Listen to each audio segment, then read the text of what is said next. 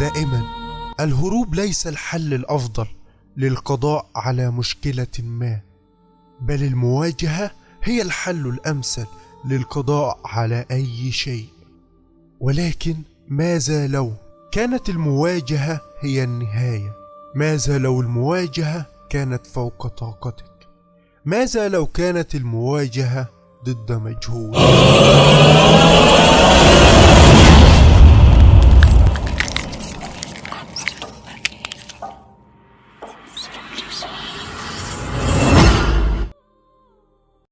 السلام عليكم ورحمة الله وبركاته. ازيكم عاملين ايه؟ كل سنة وانتم طيبين بمناسبة شهر رمضان المبارك. معادنا النهاردة مع حلقة جديدة ومختلفة من نوعها. بس قبل ما نبدأ حلقتنا عايزك تنزل تدوس على علامة اللايك اللي تحت الفيديو دي، شايفها؟ عشان ده بيدعم القناة وبيكبرها وبيخلي الفيديو يوصل لأكبر عدد من الناس.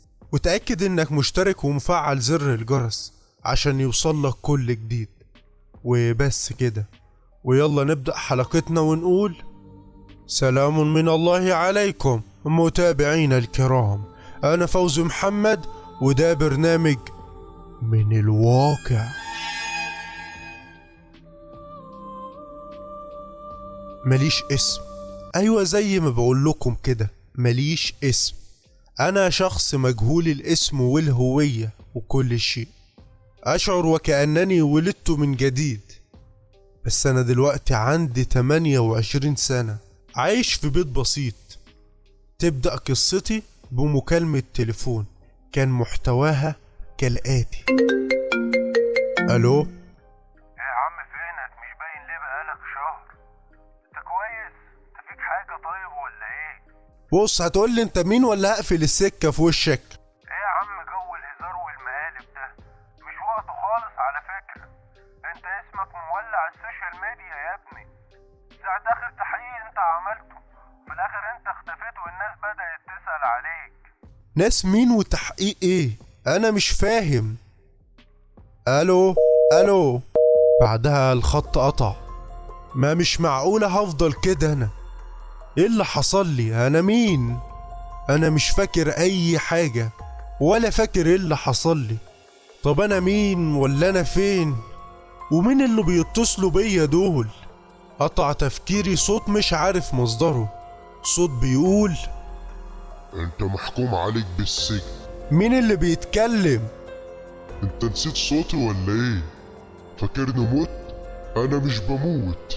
موت ايه وايه اللي انت بتقوله؟ انت مين يا عم؟ ولا انا اللي خرفت ومش عارف انا بقول ايه وبكلم مين؟ ولا انا بكلم نفسي؟ الصوت راح. حاولت افتح باب الشقة او اي مخرج يخرجني من البيت. مش عارف اخرج، مش عارف، زي ما يكون في حاجز بيني وبين اي حاجة تخرجني من هنا. وبرضه مفيش فايدة. نفس الصوت اللي بسمعه بيقولي: متحاولش تخرج، لا تخرج ولا حد هيسمعك. انت مين وعايز مني ايه؟ هنتقم منك عشان تكون عبرة لأي حد يتدخل في عالمنا. عالم ايه؟ انا مش فاهم حاجة. معلش الضربة أثرت عليك يا معلم. ضربة ايه؟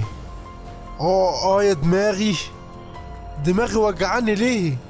كل ما احاول افتكر اي حاجة دماغي بتوجعني اكتر. صح، نسيت اقولك ان محيت ذاكرتك كلها. ما تحاولش تفكر في اي حاجة. الصوت اختفى تاني وانا عمال افكر هعمل ايه. انا لازم اعرف انا مين. فضلت امشي في الشقة واعرف اي حاجة تعرفني وتوصلني انا مين. دخلت اوضة فيها مكتب. المكتب كان مليان ورق وكتب غريبة وعلب سجاير يمين وشمال واثار حرق واثار دم. فقعدت افكر. قربت اوصل وافتكر المشهد. عودة جزء من الذاكرة. في شخص واقف اللي هو انا، وانا مرعوب وعمال افكر هعمل ايه، لحد ما حسيت بحاجة بتضرب على دماغي وانا واقع على الارض. بروح من الدنيا خالص وسامع الكلام مش عارف افتكر كان ايه. عودة للواقع مرة اخرى. انا وقعت هنا مين اللي ضربني؟ انا مين وعملت ايه عشان اوصل للدرجة دي، واوصل لدرجة ان اتضرب في بيتي ومحبوس كمان كده؟ ومين الصوت اللي بيكلمني ده؟ افكار واسئلة كتير قوي في دماغي. حاولت امسك الفون عشان اعرف انا مين، ولكن مفيش شبكة حتى اتصل باي حد، زي ما يكون في مكان خارج نطاق الغلاف الجو اصلا. عمال افكر لحد ما قطع تفكيري صوت صفير جامد قوي. سديت ودني بكل طاقة عندي وبرضه مش قادر، لحد ما فقدت الوعي تماما. فقت بس مش عارف بعد قد ايه وقت، بس لما فقت لقيت نفسي في مكان شبه صحراء، وسامع صوت صريخ وصوت زعيق. فضلت ماشي لوحدي ابص يمين وشمال، مفيش قدامي غير سجون حديد جواها كائنات غريبة بتتعذب وبتتألم. في وسط كل ده لفت نظري شخص محبوس، انا حاسس ان اعرفه. فضل يقول لي طلعني وانا هساعدك، طلعني. بعدها المشهد اتبدل تاني، ولاقي نفسي في البيت. انا كنت بحلم ولا ايه؟ بس ايه اللي حصل؟ ومين اللي بيقول لي طلعني وانا هساعدك ده؟ انا حاسس ان اعرفه، ده مش غريب عليا. عمال احاول افتكر بس مش فاكر مين الشخص ده. افتكرت وانا واقف معاه في مكان بس مش متذكر مين ولا كنا فين وبنتكلم عن ايه، لحد ما رحت في النوم وحلمت حلم غريب قوي. نفس الشخص اللي شفته بيقول لي ساعدني وخرجني من هنا. قلت له هخرجك ازاي طيب؟ في كتاب في المكتب عندك، هو اللي فيه الحل لكل اللي بيحصل ده. الحل في الكتاب. والحلم انتهى على كده. قمت صحيت، مفيش حاجة في دماغي غير ان اشوف فين الكتاب ده. هي كده كده مش فارقة، انا ما عنديش حاجة اخسرها، كفاية اللي انا فيه. من ضمن الاوراق والكتب لقيت كتاب غريب كده على الارض جنب المكتب. مسكته لقيت الاسم والعنوان ممسوح. فتحت الكتاب لقيت كلام غريب، طرق تحضير وطرق صرف والاعمال السفلية، كلام غريب قوي. لقيت الحاجات دي، وليه الحاجات دي كانت عندي؟ انا كنت بعمل بيهم ايه اصلا؟ لفت نظري صفحة مكتوب عليها طريقة فك الأسر. الصراحة مسكت في الكلمة وقرأت الطريقة، وبدون الخوض في تفاصيل نفذتها على طول. ومجرد ما خلصت لفت انتباهي ظهور كائن غريب قدامي. لما دققت في شكله لقيته هو، ايوه هو الشخص اللي قال لي ساعدني. شكرا ليك انك ساعدتني للمرة التانية. ساعدتك ايه؟ انت مين وظهرت هنا ازاي؟ انت مش فاكر اي حاجة ولا ايه؟ لا مش فاكر اي حاجة. انت مين؟ طب استنى كده. بعدها طلع قدامي كتاب وحطه على المكتب وقال لي كده افتكرت ولا لسه؟ الصراحة مجرد ما قرأت عنوان الكتاب ابتدت دماغي توجعني وجسمي اتنفض كده، وحسيت ان ببتدي افتكر. عودة الذاكرة شبه كاملة. افتكرت ان انا شفت الكتاب ده قبل كده، والشخص ده فعلا انا كنت بساعده. ايوه كنت بساعده. قربت اوصل. مين؟ ايوه افتكرت، ولو قلت لكم انتوا كمان هتفتكروا.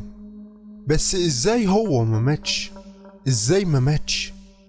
ايوه لسه ما ماتش، لحق نفسه في اخر اللحظة وما ماتش، وضربك على دماغك وقعك، ولما جيت الحقك ظهر اعوانه وجيشه وكلبشوني وحبسوني تحت الارض. كنت عمال اقول يا رب انت تفوق وتعرف الحقيقة عشان تنقذني. ايوه هو فين دلوقتي؟ هو ازاي مش سامعنا؟ هو مشغول دلوقتي في حاجات تانية، وعامل حسابه انك مش هتطلع ولا تفتكر اي حاجة. دلوقتي افتكرت. يعني لما نزلتلي تحت الارض ده كان حقيقة مش حلم. بحسبك عرفتني، كنتش اعرف انك فقدت الذاكرة بسبب الضربة. هو ضربني ليه؟ لانك ساعدتني.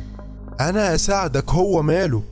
فيش وقت دلوقتي للكلام، لازم نموته، وهو ليه طريقة واحدة، وهي اننا نحرق الكتاب.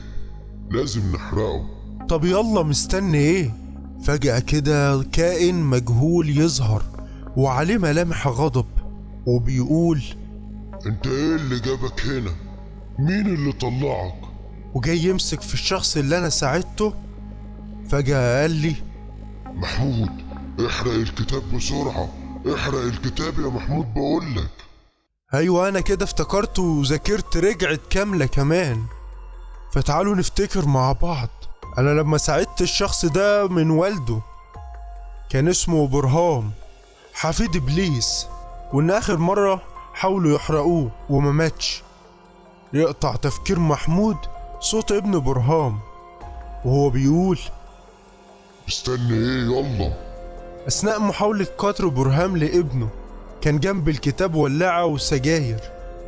مسكت الولاعة وفضلت اولع في ورق الكتاب لحد ما بدأ برهام يصرخ ويقول: لا لا، سيبوني سيبوني. ومع حرق اخر ورقة في الكتاب بيحترق برهام وبيموت ويتفحم كمان. ابن برهام بيقول لي: كده احنا نجحنا. ومع نهاية القصة ينتهي بي المطاف إلى أن تعود لي الذاكرة مرة أخرى كاملة، وأخرج من المنزل وألتقي بزملائي. وتم معي عدة لقاءات بخصوص تحقيق لقاء إبليس الذي انتشر على جميع وسائل التواصل الاجتماعي، وأصبح ابن برهام بشري يساعد في الخير، ولا أحد يعرف حتى الآن أن ابن برهام هو إبليس أيضا غيري أنا. ويمكن أنت في حياتك أو أنت في حياتك مر عليكم ابن برهام، ولكن محدش يستطيع أن يكتشف أنه ليس بشر. وعايز أشكر الكاتب محمود عادل على كتابته الحلقة بالشكل الجميل ده. وبكده تنتهي قصة النهاردة، ومع انتهائها ينتهي الشر، ولكن مع استمرار الحياة لا يوجد انتهاء للشر، ولكن نحن نسعى للقضاء عليه. وها أنا على مكتبي أبحث في تحقيق جديد. بس كده، فلو وصلت لحد هنا وما اشتركتش فلازم تتأكد انك مشترك ومفعل زر الجرس لو عجبك المحتوى اللي بقدمه. ما تنساش تعمل لايك على الفيديو. وبس كده، بنشوفكم في حلقة جديدة مع قصة مختلفة. ويلا بقى، سلام.